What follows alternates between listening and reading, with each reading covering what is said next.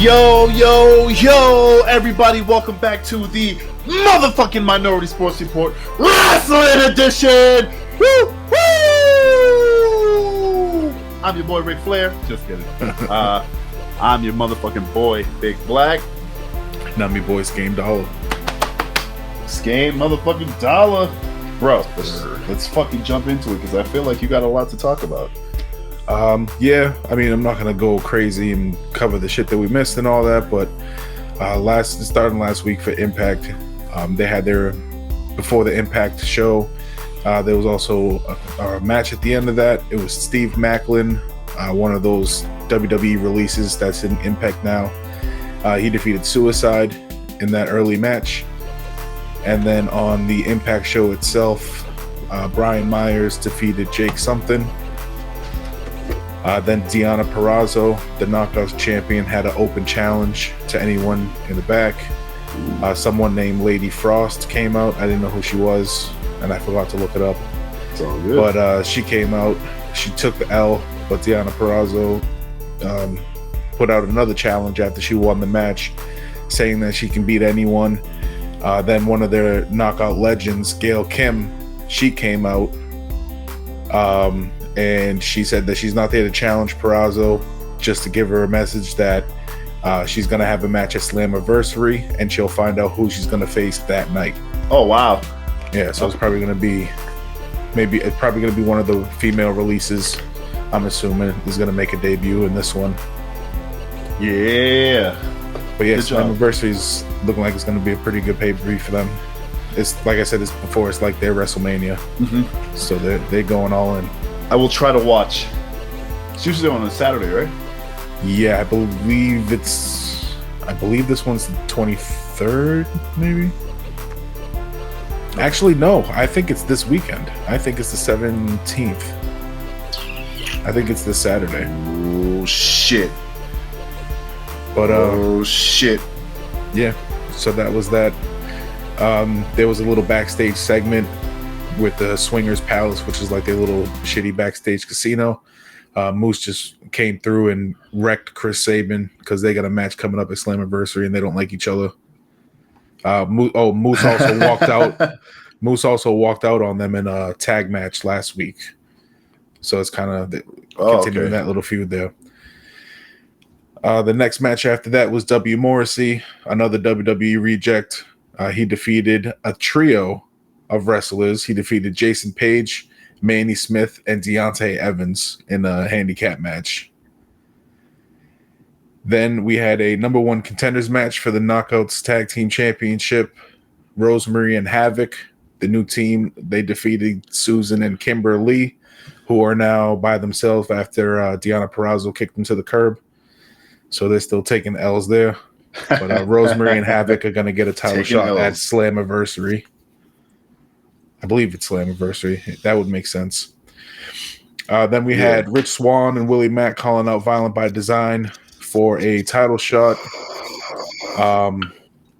They were expecting Violent by Design to come out after they called them out, but instead it was TJP and Falaba, which is they've been on like a little tear in the tag division there. They said they got the next shot. Then Violent by Design actually came out, and it looked like they were lining up against TJP, Falaba, Rich Swann, and Willie Mack. It was like the battle lines were drawn. And then the Good Brothers music hit. Ooh. So they threw themselves into the what?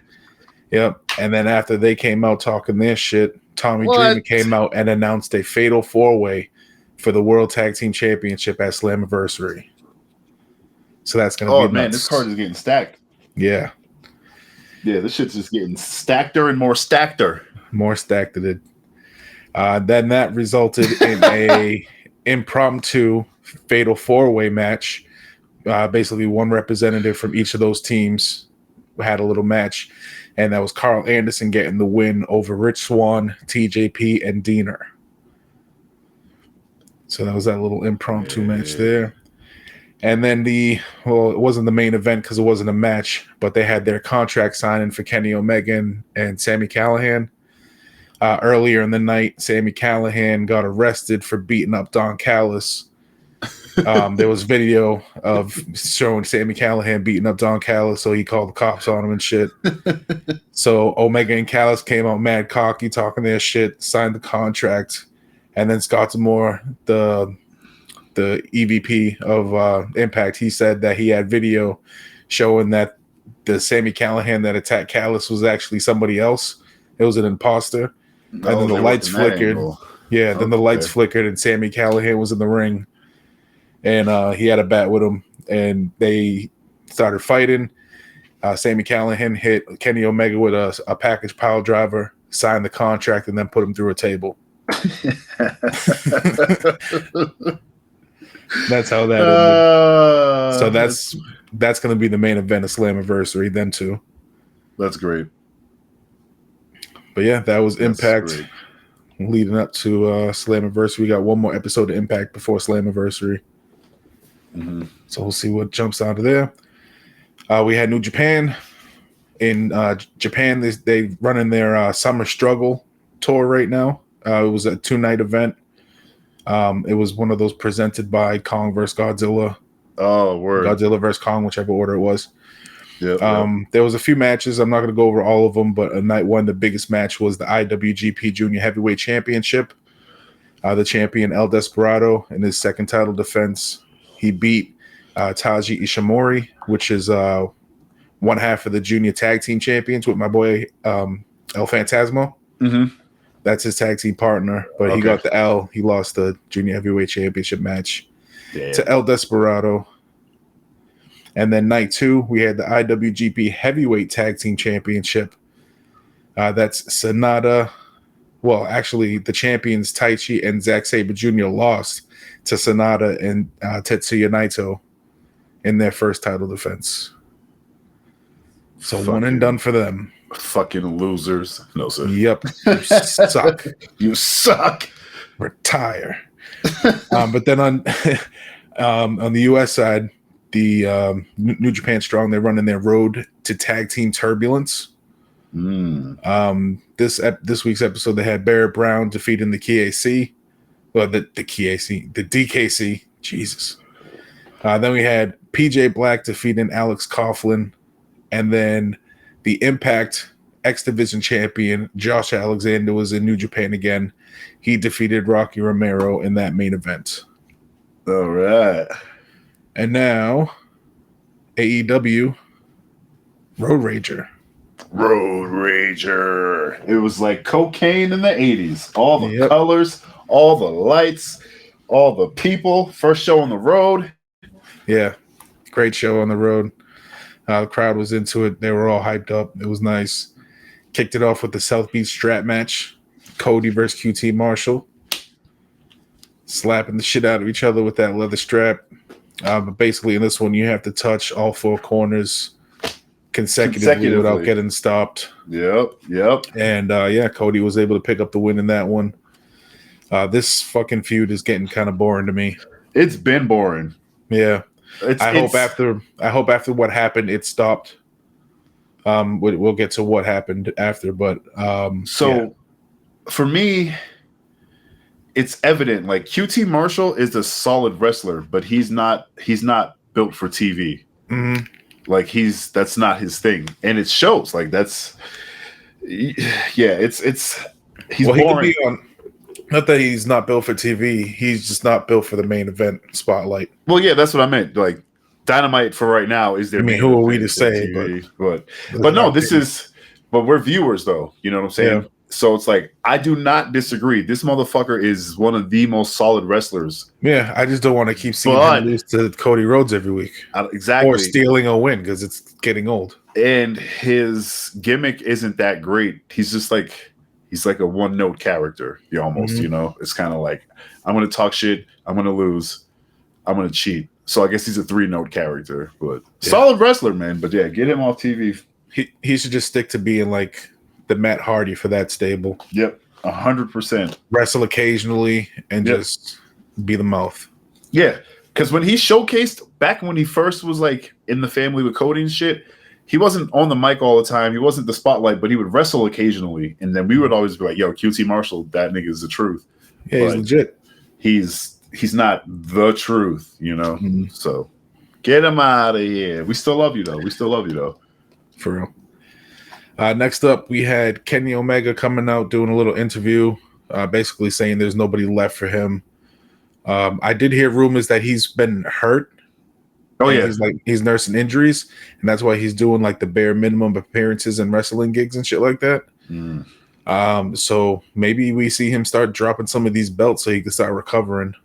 But he basically came out and said there's nobody left for him in this one. The Dark Order came out, and Evil Uno said that Omega's scared of Hangman Adam Page. Omega ended up hitting Evil Uno with a low blow. Then the Good Brothers and Michael Nakazawa attacked the rest of the Dark Order. And then Hangman came out, cleared house. Yep. Cowboy shit. Setting up the shot, his shot for Omega. That had never officially got announced or anything yet, right? I don't remember seeing anything about that. No, I'm looking at it now. Oh, hold on. I'm looking at the AEW website as well. Yeah, and, I mean, that's definitely the angle they're leaning on hard, but I don't think anything's officially been announced. Yeah, nothing's official, but yeah, that's what they're 100%. I have to say, this was a really good promo. Everybody that cut promos this episode was like on point. It was really good. Yeah, Uno's good. And that was just a good segment to show Hangman being strong, doing what he does. Yep. And then after that, we had the continuing rivalry between the Pinnacle and the Inner Circle.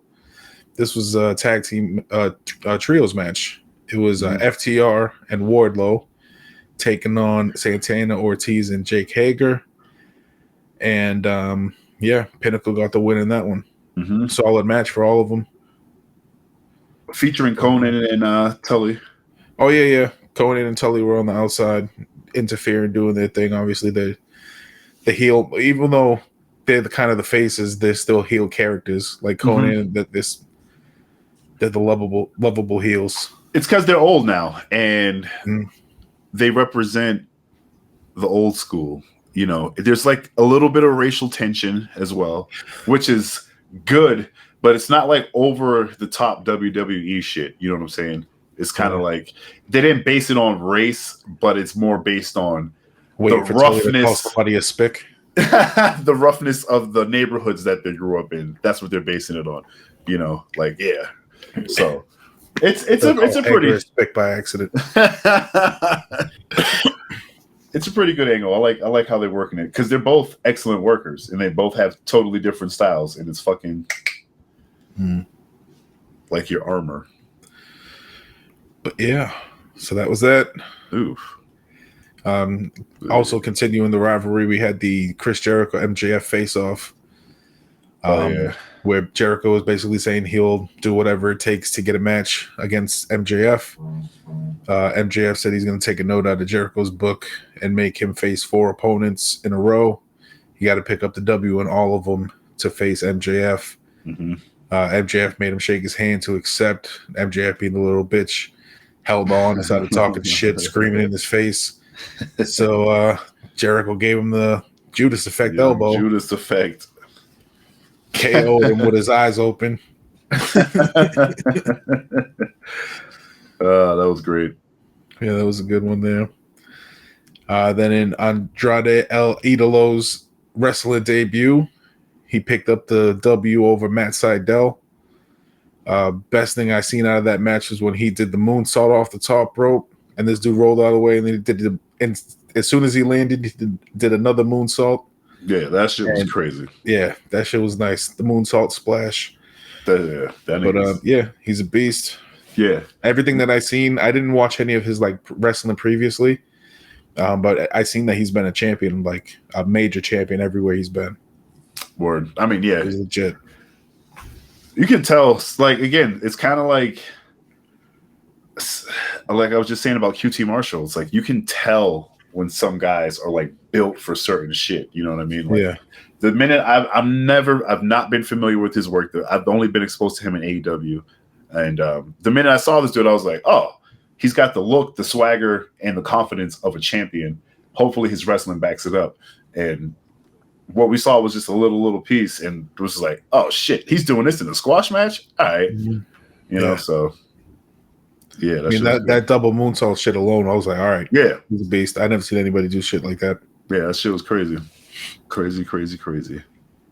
Then in a major surprise, Arn Anderson was in the ring and the lights flickered, which it made me think the one that happened earlier in the show. I wonder if that was planned to like set the seed.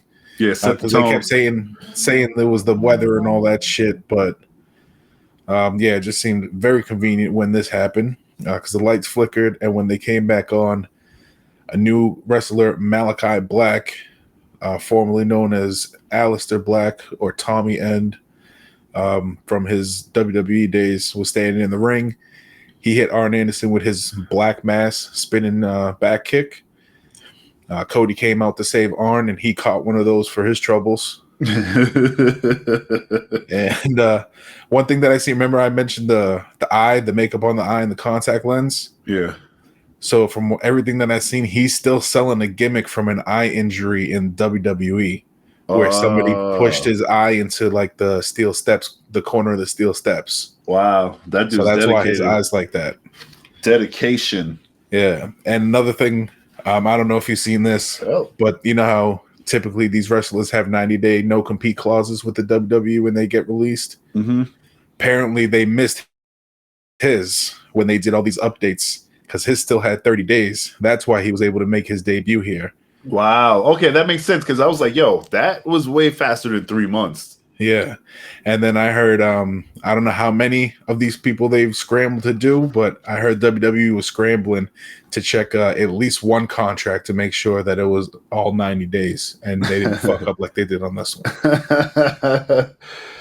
But this dude, Malachi Black, I seen some of his highlights where I think we're going to enjoy him. He's like a striker, so he loves his kicks and shit, as you see by his finisher, that Black Mass spinning heel kick. But he's all about the knees and all that shit, and the kicks.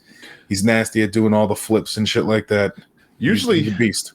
Usually European wrestlers are like that, like strikers and like a little stiff, you know, not like super stiff, not like Japanese stiff, you know, but like, Yeah, from what I've seen, I'm already a fan. I can't wait to see him in the ring officially. All right, word. Looking forward to it. Yep. And then after that, in the main event, we had the AEW World Tag Team Championship Street Fight.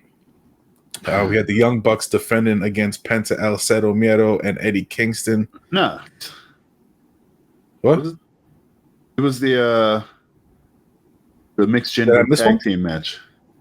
I missed one? Oh, shit. It was the Chris Statlander and Orange Cassidy versus the Bunny and Blade. That's right. I forgot. I can't believe I missed that one. Oh, it's all good, dog. It's all good. But Chris Statlander and Orange Cassidy got to win in that one. Yep. She got hit with the Big Bang Theory. Yeah. Yep. Okay. Yeah. Cool. I can't believe I forgot to add that in the notes. I fucked up. It's all good. It happens, baby. Teamwork makes the dream work. But yeah, solid match there. Bunny's, like I said before, Bunny's a legit wrestler. She's been around forever, so she put on a good show. Chris Statlander is a beast. Mm-hmm. Orange Cassidy's always funny. They try to get those brass knuckles involved. Yeah, and they did. They hit Orange Cassidy, but Chris Statlander was the legal. Yeah, the legal. Yep, legal wrestler. They fucked that up.